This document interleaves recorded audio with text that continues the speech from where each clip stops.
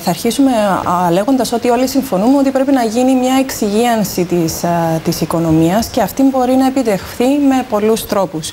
Εμείς έχουμε ήδη καταθέσει τη Δευτέρα που μας πέρασε κάποια μέτρα στοχευμένα, ακριβώς για να επιβραβεύσουμε και όλους τους Κύπριους πολίτες για τη συμβολή τους στη στήριξη της κυπριακής οικονομίας τα 3 τελευταία χρόνια. Μετά από την κρίση που μας έπληξε το 2013, έτσι με ένα τεράστιο χτύπημα πάνω στην οικονομία μας. Και τα μέτρα αυτά νομίζω ότι μπορούν να υλοποιηθούν, καθότι 3 τουλάχιστον από αυτά προέρχονται μέσω εξοικονομήσεων και όχι, δεν θα ακολουθεί δηλαδή μια πολιτική που θα μας πούν από πού θα εξοικονομηθούν τα χρήματα αυτά.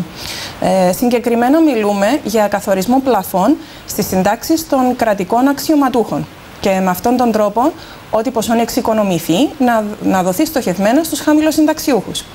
Έναν άλλο μέτρο που δεν θα μπορούσε να πει κανείς, γιατί προβλέπεται και στο περί φορολογίας του εισοδήματος, είναι η φορολόγηση του εφάπαξ άνω των 200.000. Ένα μέτρο που θα μπορούσε να εφαρμοστεί πάλι για τους κρατικούς αξιωματούχους. Υπάρχουν πολλές προτάσεις, κυρία Κοζάκο, από όλα τα κόμματα και περιμένουμε έτσι τώρα με τη νέα Βουλή να δούμε πώς θα... Μιλούμε επίσης για μείωση του φόρου προστιθέμενης αξίας στα είδη πρώτης ανάγκης άμεσα από την 1η Εβδόμου του 2016 και έχουμε ήδη με δηλώσεις της κυβέρνηση πανηγυρίσει την έξοδο μας από το μνημόνιο, οπότε πρέπει να βρούμε έναν τρόπο άμεσα να επιβραβεύσουμε τους Κύπριους πολίτες που έχουν υποστεί τις περισσότερες θυσίες για να στηρίξουν την κυπριακή οικονομία. Λοιπόν, τώρα να πάμε, γιατί μας μένει είναι λίγο ευρώ, άνθρωποι οι οποίοι είναι χαμηλές στις συντάξεις αυτές. Κατά ακρίβεια, κυρία Σιάσου, όπως έχω δει και στην ιστοσελίδα του Υπουργείου Εργασίας, το όριο έχει καθοριστεί στα 9.750 για νοικοκυριά 2 ατόμων, άρα υπολογίζεται γύρω στα 812 ευρώ περίπου, και 6.500 για μονήρεις οικογένειες, δηλαδή ένα ποσό της τάξης των 541 ευρώ μηνιαίως. Αν τώρα πούμε ότι η σύνταξη μιας οικοκυράς είναι η χαμηλότερη, είναι στα 365, και για ένα... 336 η σύνταξη οικοκυράς. 336 έχετε δίκιο. Και παίρνει και 150 από το... επιδότηση για τους χαμηλοσυνταξιούχους. Και για έναν άντρα που εργάζεται η χαμηλότερη σύνταξη θα είναι γύρω στα 415. Είναι η full βασική σύνταξη. Ακριβώς. Άρα εκ των πραγμάτων αποκλείονται από το 812 που είναι το όριο που έχει τεθεί. Είναι αυτό που λέμε ότι η κυβέρνηση για 4ο χρόνο έχει υιοθετήσει τα ίδια όρια που ίσχυσαν το 2013, αντί να έρθει να επιβραβεύσει ακριβώς, όπως είπαμε, τους πολίτες για τις θυσίες Σίγουρα, τους. από πού θα βρεθούν τα χρήματα. Εμείς ακόμα δανειζόμαστε. Αυτό το κράτος ακόμα δανείζεται. Του χρόνου θα έχει ισοσκελισμένων προϋπολογισμών, αν όλα πάνε καλά. Αλλά μέχρι και το 2016 η Κύπρος έχει έλλειμμα της τάξης των 300 εκατομμυρίων. Λέμε ότι έχουμε πρωτογενές πλεόνασμα, αλλά το πρωτογενές πλεόνασμα δεν καλύπτει τους στόχους, άρα έχουμε έλλειμμα. Υπάρχει όμως και ένας προϋπολογισμός, κύριε Μαυρίδο, που επιλέγεται που θα κατανεμηθούν τα διάφορα κονδύλια. Δεν θα μπορεί να γίνει μια καλύτερη διαχείριση των κονδυλίων. Αυτό ακριβώς θα θέλει η Βουλή. Γιατί μην θυμηθούμε τα διάφορα ενίκια που δίνουμε, τα κτίρια της κυβέρνησης, τα οποία δεν θα μπορούσε να τα εκμεταλλευτεί και να μην δίνει υπέρογκα ποσά και ενίκια σε διάφορα κτίρια για τα οποία ενοικιάζει. Δηλαδή, Μα με τα ενίκια έγινε τόση φασαρία.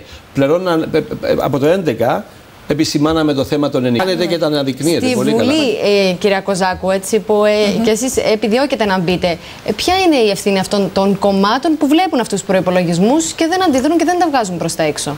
Σίγουρα οι ευθύνες υπάρχουν σε όλους. Υπάρχουν και στους πολίτες επίσης που αναδεικνύουν τους εκλελεγμένους τους αντιπροσώπους στην Βουλή. Άρα ένα μήνυμα κιόλας πριν τις κάλπες είναι να έχουν και γνώση και οι πολίτες ποιους πάνε να αναδείξουν στην Βουλή.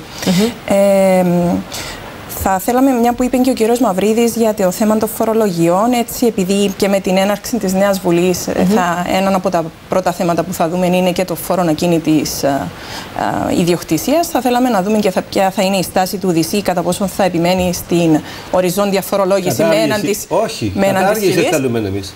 Εμείς θέλουμε κατάργηση του φόρου ιδιοκτησίας, είναι άδικος φόρος. Πολύ συμφωνούμε απόλυτα. Είναι διπλή φορολόγηση που γίνεται στους πολίτες. Γιατί να πληρώνει ο άλλος φόρο ακίνητης, να πληρώσει για τις υπηρεσίες που του παρέχει το κράτος. Να πληρώσει για τις υπηρεσίες που του παρέχει ο Δήμος. Γιατί να πληρώσει φόρο ακίνητης ιδιοκτησίας? Που δεν είναι ανταποδοτικό κιόλας. Το οποίο ο άνθρωπος το αγόρασε το ακίνητο του με χρήματα που έχει πληρώσει και φόρο. Για την ώρα η κυβέρνηση αυτή που μιλάμε αποφάσισε ότι. Αυτή η κυβέρνηση και η προηγούμενη κυβέρνηση και η προπροηγούμενη κυβέρνηση δεν κατάλαβαν ένα πράγμα. Ότι τα χρήματα τα πληρώνει ο φορολογούμενος. Ότι με το να επιβαρύνει την οικονομία με φόρους, μειώνει την οικονομική δραστηριότητα, αυξάνει την ανεργία. Αυτή είναι και η θέση, ήταν πολύ καλά, είναι και η θέση του Δημοκρατικού Συναγερμού. Η θέση μου. Η θέση σας, ωραία. Γιατί μπερδεύτηκα λίγο. Θα συμφωνήσω και εγώ με τον κύριο Μαυρίδη ότι τα μέτρα λιτότητας απλώς το μόνο που επιφέρουν είναι περισσότερο ύφεση. Δηλαδή η λιτότητα επιφέρει ύφεση. Δεν υπάρχει ρευστότητα στην αγορά, άρα συνεπώς δεν υπάρχει ανάπτυξη, δεν υπάρχουν νέες θέσεις εργασίας. Άρα κάνουμε έναν κύκλο, φαύλο κύκλο. Για να μην έχεις λιτότητα, πρέπει να βρεις τα χρήματα να τα ξοδέψεις. Συμφωνούμε. Εμείς εδώ είμαστε για να καταθέσουμε προτάσεις για εξοικονομήσεις, για αναπτυξιακά έργα. Έχουμε ένα τεράστιο δημόσιο τομέα, ο οποίος δεν τολμά κανένας να το μειώσει. Πώς να το μειώσει, αφού ιδιωτικοποιούμε το λιμάνι και δίνουμε πρόταση στους εργαζόμενους να μπουν στο δημόσιο. Πώς θα μειώσουμε? Όχι, η ιδιωτικοποίηση του λιμανιού είναι πολύ καλό.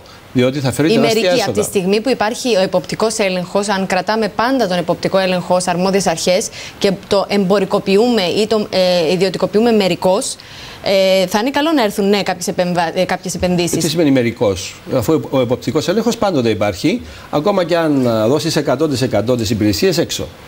Ο εποπτικός έλεγχος είναι εκεί και πρέπει να υπάρχει και μπορεί να τον ασκήσει το κράτος. Ρυθμιστικός και εποπτικός έλεγχος. Σε περισσότερο κόσμο. Εγώ λέω ότι αυτό το επίδομα ακριβώς, επειδή ήδη η κυβέρνηση είχε κάνει και κάποιες ανακοινώσεις παναγυρίζοντας την έξοδο μας από το μνημόνιο, το πρώτο πράγμα που θα έπρεπε να κάνει ήταν ακριβώς να αυξήσει έστω και κατά το ελάχιστο, βλέποντας ακριβώς ότι με πολύ λίγα λεφτά κάποιοι μένουν έξω από τους αυτούς.